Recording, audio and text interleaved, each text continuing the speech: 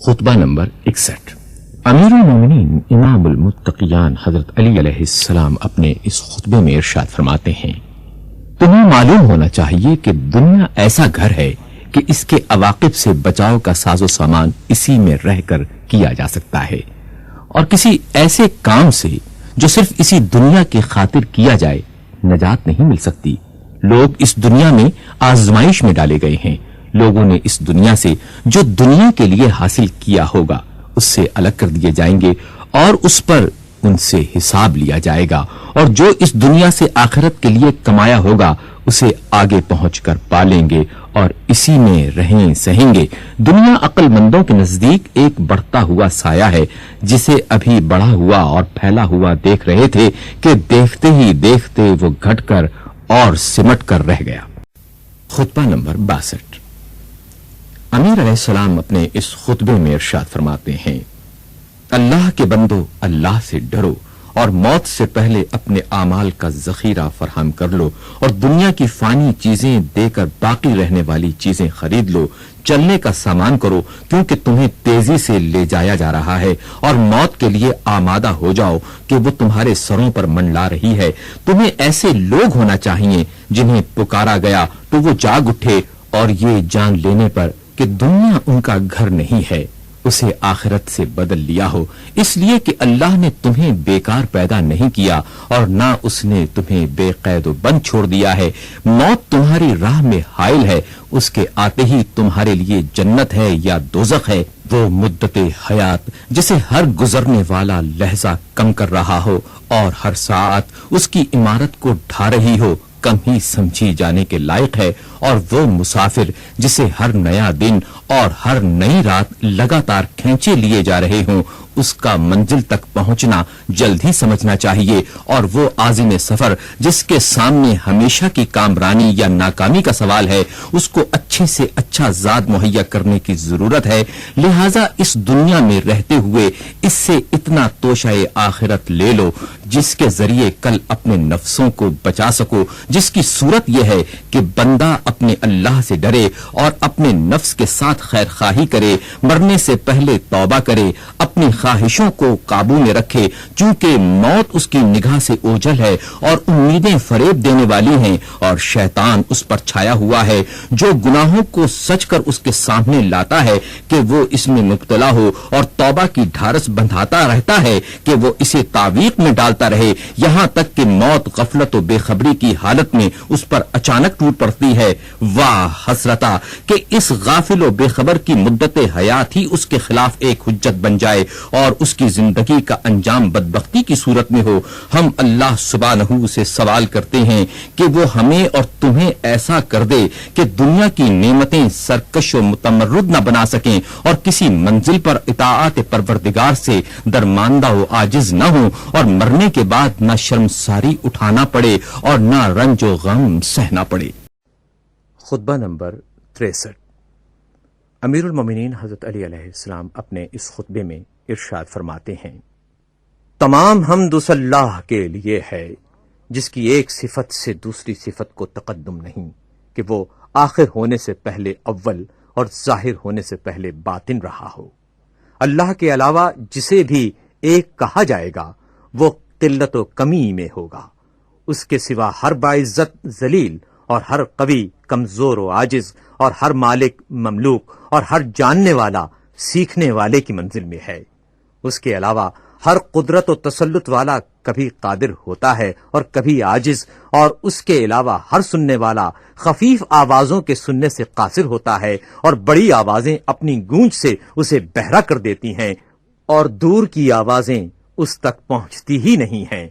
اور اس کے ماسوا ہر دیکھنے والا مخفی رنگوں اور لطیف جسموں کے دیکھنے سے نابینا ہوتا ہے۔ کوئی ظاہر اس کے علاوہ باطن نہیں ہو سکتا، اور کوئی باطن اس کے سوا ظاہر نہیں ہو سکتا۔ اس نے اپنی کسی مخلوق کو اس لیے پیدا نہیں کیا کہ وہ اپنے اقتدار کی بنیادوں کو مستحکم کرے، یا زمانے کے عواقب و نتائج سے اسے کوئی خطرہ تھا، یا کسی برابر والے کے حملہ آور ہونے یا کثرت پر اترانے والے شریک یا بلندی میں ٹکرانے والے مد مقابل کے خلاف اسے مدد حاصل کرنا تھی، بلکہ یہ ساری مخلوق اسی کے قبضے میں ہے اور سب اس کے عاجز و ناتواں بندے ہیں،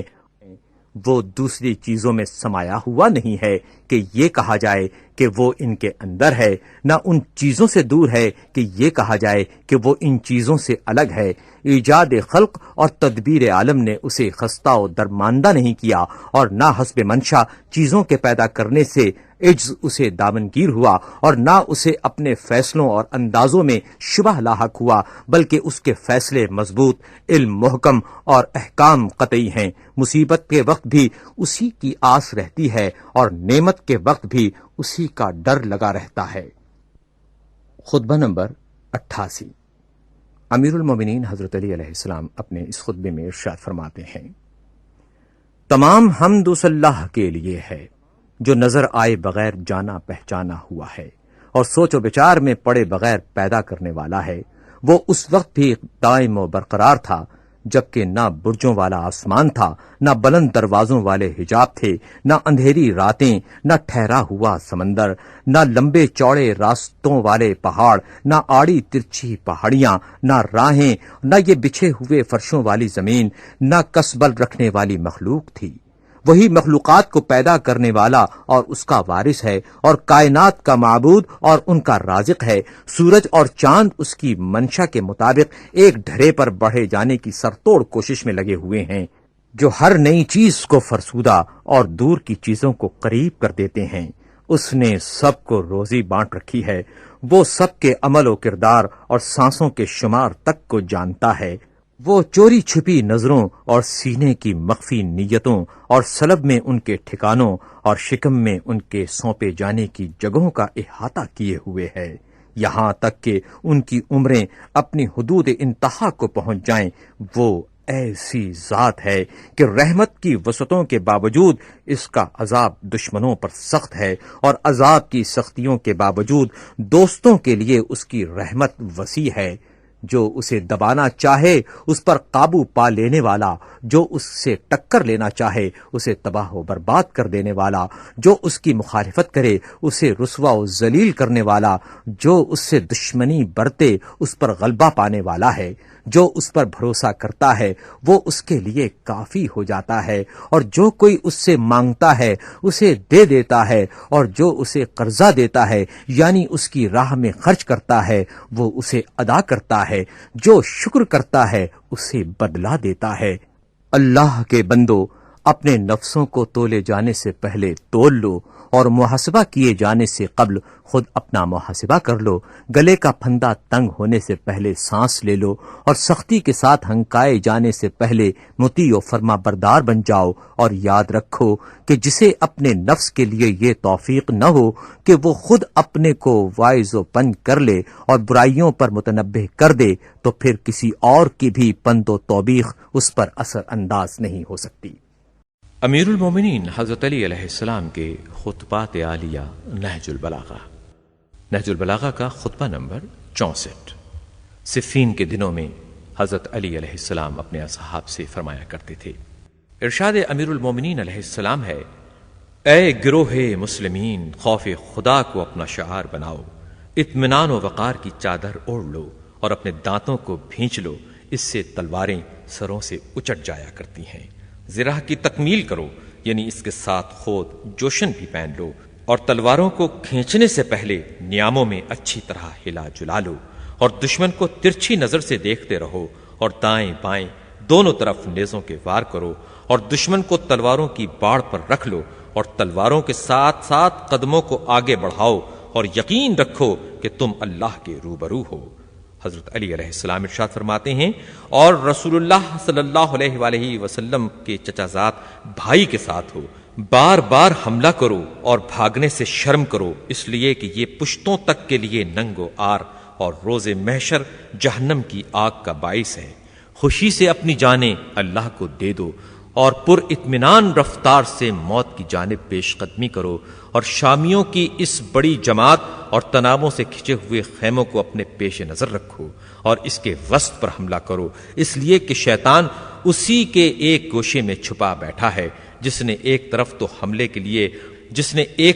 حملے کے لیے ہاتھ بڑھایا ہوا ہے اور دوسری جانب بھاگنے کے لیے قدم پیچھے ہٹا رکھا ہے۔ تم مضبوطی سے اپنے ارادے پر جمے رہو یہاں تک کہ حق صبح کے اجالے کی طرح ظاہر ہو جائے. نتیجے میں تم ہی غالب ہو اور خدا تمہارے ساتھ ہے. وہ تمہارے اعمال کو ضائع و برباد نہیں ہونے دے.